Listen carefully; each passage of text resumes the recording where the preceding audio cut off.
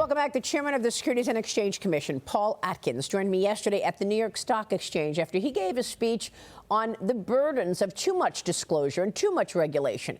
So I asked him about the disclosures from Chinese companies trading on U.S. exchanges. Watch. Mr. Chairman, are there any other countries that do not follow the same disclosure rules that American companies follow aside from China? Because I know that China and Chinese companies did not follow the same disclosure rules that American companies did. And then there was a rule put in that they have to. I don't know where we are on that. But are there any other countries that have that allowance other than China? Oh, there are a lot. I mean, because every country is different. And even our accounting principles, United States generally accepted accounting principles, U.S. GAAP, is different a bit from the international financial reporting standards that a lot of other countries have used.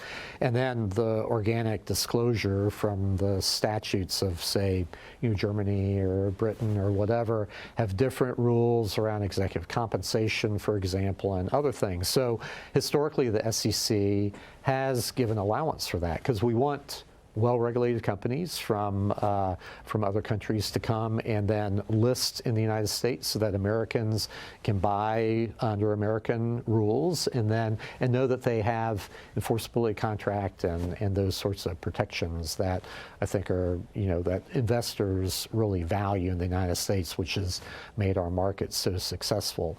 So we've allowed that historically, and then earlier this year we came out with a concept release for what we call these foreign private issuers, meaning non-state issuers, non-sovereign issuers.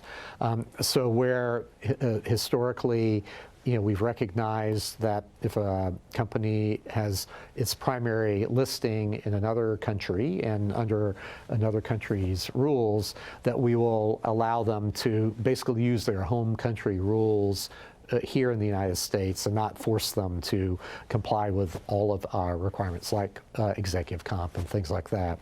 And let's just say that in more recent years, the last decade or so, there have been Chinese companies, for example, operating in China, but they're incorporated, say, in the Caribbean, and their primary listing is here in the United States. So, but they're still viewed as a foreign private issuer and then given dispensation in not having to comply with U.S. rules, even though they are listed here primarily. Our concept release was asking, should that still be the case? How should we approach this, and to get comment from around the world, basically, on this, because obviously we have worldwide investors who are interested in our markets. And I guess that's really what I'm getting at. I'm just trying to understand how it is possible that now what has become obvious to us, our number one adversary, has so many companies trading in the U.S. and the most liquid, deepest capital markets in the world, obviously the envy of the rest of the world. And yet, I don't know, one week we're sort of friendly with the Chinese Communist Party. The next week, well, now they're holding back rare earths. I mean, is there anything to be done in terms of keeping them honest?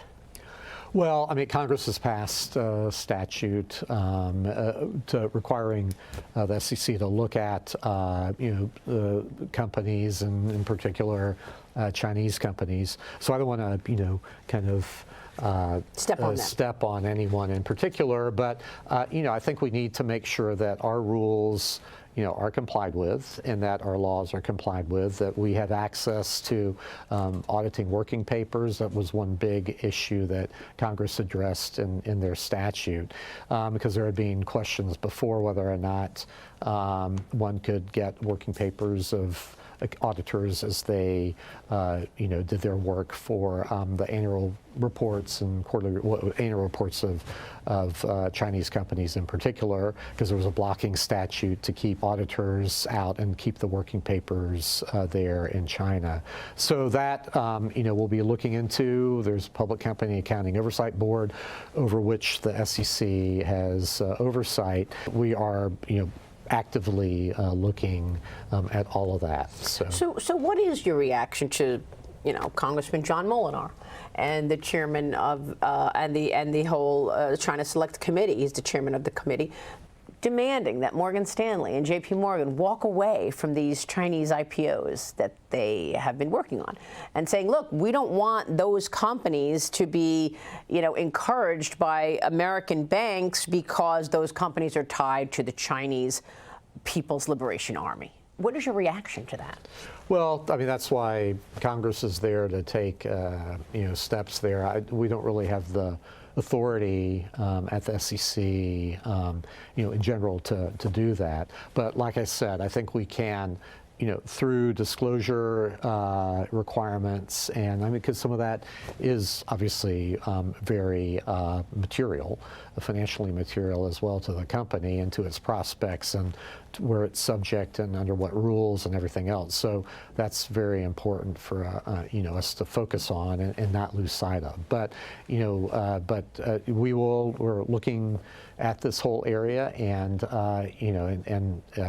we'll be on top of it. And after this, with this foreign private issuer concept release that we put out, we'll come up with a proposal and then put that out next year and then adopt a final one.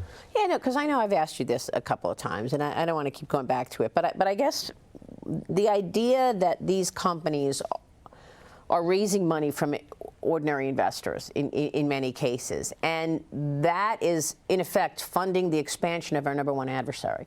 And those companies are tied to the Chinese army.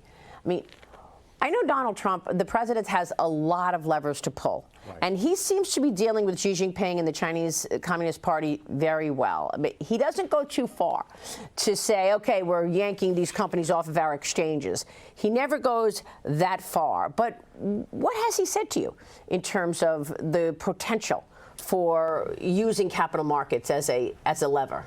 Well, I haven't talked to him about that issue, but we're on top of this. We have been actively monitoring, and for the first time now since I've come in, stopping trading of, we're up now at close to a dozen at least, Chinese companies that were showing indications of manipulative behavior of, brokerage firms and others from the Far East, what we're calling, engaging in what we're calling a ramp and dump type of scheme, where we see, without any real new public information or market activity or market reason, for a penny stock. These are all penny stocks, basically, for it to start, increasing. And we have really good folks who are monitoring the markets and looking at the data that we collect, and so identifying these sorts of things, and then we're taking steps to shut down the trading before investors can get hurt, and make sure that people don't take the money and run, because inevitably these things ramp up, and then boom, the price crashes as the insiders then dump the stock. So if a stock is on one of the entity lists in America, should an American investor buy that company? Well, we have, those sorts of things, the Treasury and the Defense Department and whatnot put out lists of firms that are under sanctions or whatever. But so those are obviously cases that under law, they're treated differently. I'm talking about other sorts of, foreign private issuers that, again, have a different type of setup where they are incorporated outside of China. Operations are still there or somewhere else, in Asia, and then, their primary listing are here in the U.S. My thanks to Securities and Exchange Commission Chairman Paul Atkins. More of my interview with the chairman later this week from the New York Stock Exchange.